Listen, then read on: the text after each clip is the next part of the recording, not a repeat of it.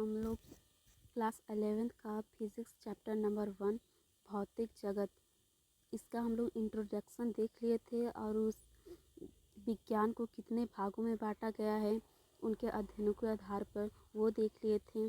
और भौतिकी का कार्यक्षेत्र एवं विस्तार देख चुके थे। अब भौतिकी के कितने प्रकार है वो देख चुके थे।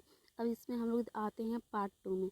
पार्ट 2 में देखेंगे हम लोग की मापन की आवश्यकता, नीड ऑफ मेजरमेंट। आखिर मापन की आवश्यकता क्यों पड़ी। प्रकृति एवं प्राकृतिक परिघटनाओं के अध्ययन एवं विश्लेषण को भौतिकी कहते हैं।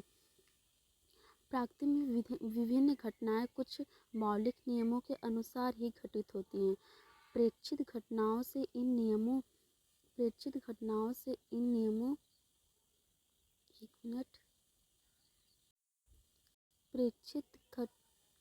घटनाओं के अध्ययन को भौतिकी विज्ञान कहते हैं। भौतिक विज्ञान प्रकृति का अध्ययन है, अतः वास्तव में प्रकृति के मौलिक अथवा मूल नियम पहले से ही बने हैं। क्या है कि भौतिक में जो प्राकृतिक अध्ययन है ना, वास्तव में प्रकृति के मौलिक अथवा मूल्य नियम पहले से ही बने हैं। हम केवल इनकी खोज करते हैं। हम इनकी ना बस खोज कर रहे हैं।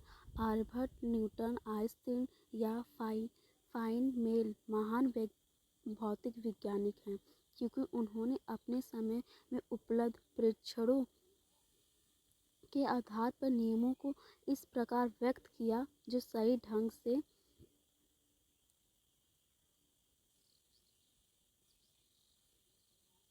जैसा कि ऊपर कहा जा चुका है कि भौतिक प्रकृति के नियम की व्याख्या करते हैं।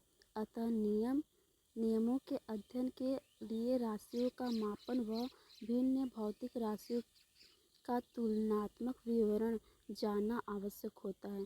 किसी भी भौतिक राशि के मापन के लिए उस राशि का कोई मानक मात्रक ज्ञात होना अनिवार्य है। भौतिक में भौतिक राशियाँ परिणामतः दृष्टि से उस राशि की इकाई में व्यक्त की जाती है। भौतिक राशि का मापन दो भागों में व्यक्त करते हैं। प्रथम भाग मानक इकाई से कितना गुना दर्शाता है, वह दूसरा भाग मानक इकाई। उदाहरण के लिए मुझे 2 घंटा पढ़ना है, वह संख्यात्मक भाग 2 है। 2 दर्शाता है कि समय के इकाई का 2 गुना व घंटा समय की चुनी गई इकाई है। अब हम लोग देखते हैं कि भौतिक राशियाँ क्या है। फिजिकल क्वांटिटी वे राशियाँ जिन्हें मापा या तोला जा सके भौतिक राशि कहलाती है, जैसे द्रव्यमान, लंबाई, समय, बल, वेग आदि।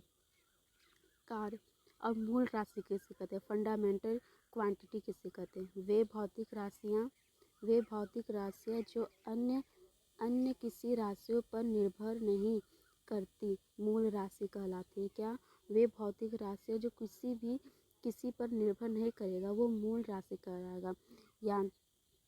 यांत्रिकी में द्रव्यमान, लंबाई, समय को मूल राशि माना गया है।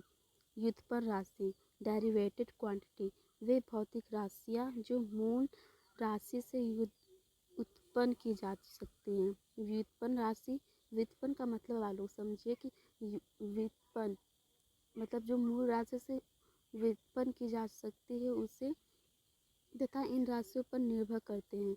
मूल राशि पे ये निर्भर करेगा व्युत्पन्न राशि, तो ये व्युत्पन्न राशि कहलाते हैं, जैसे सम, वेग, बल, कार्य आदि। अब हम लोग देखते हैं कि भौतिक राशि का मापन के लिए नियत किए गए मानक को मात्रक कहते हैं। मात्रक किसे कहते हैं। भौतिक राशि के मापन के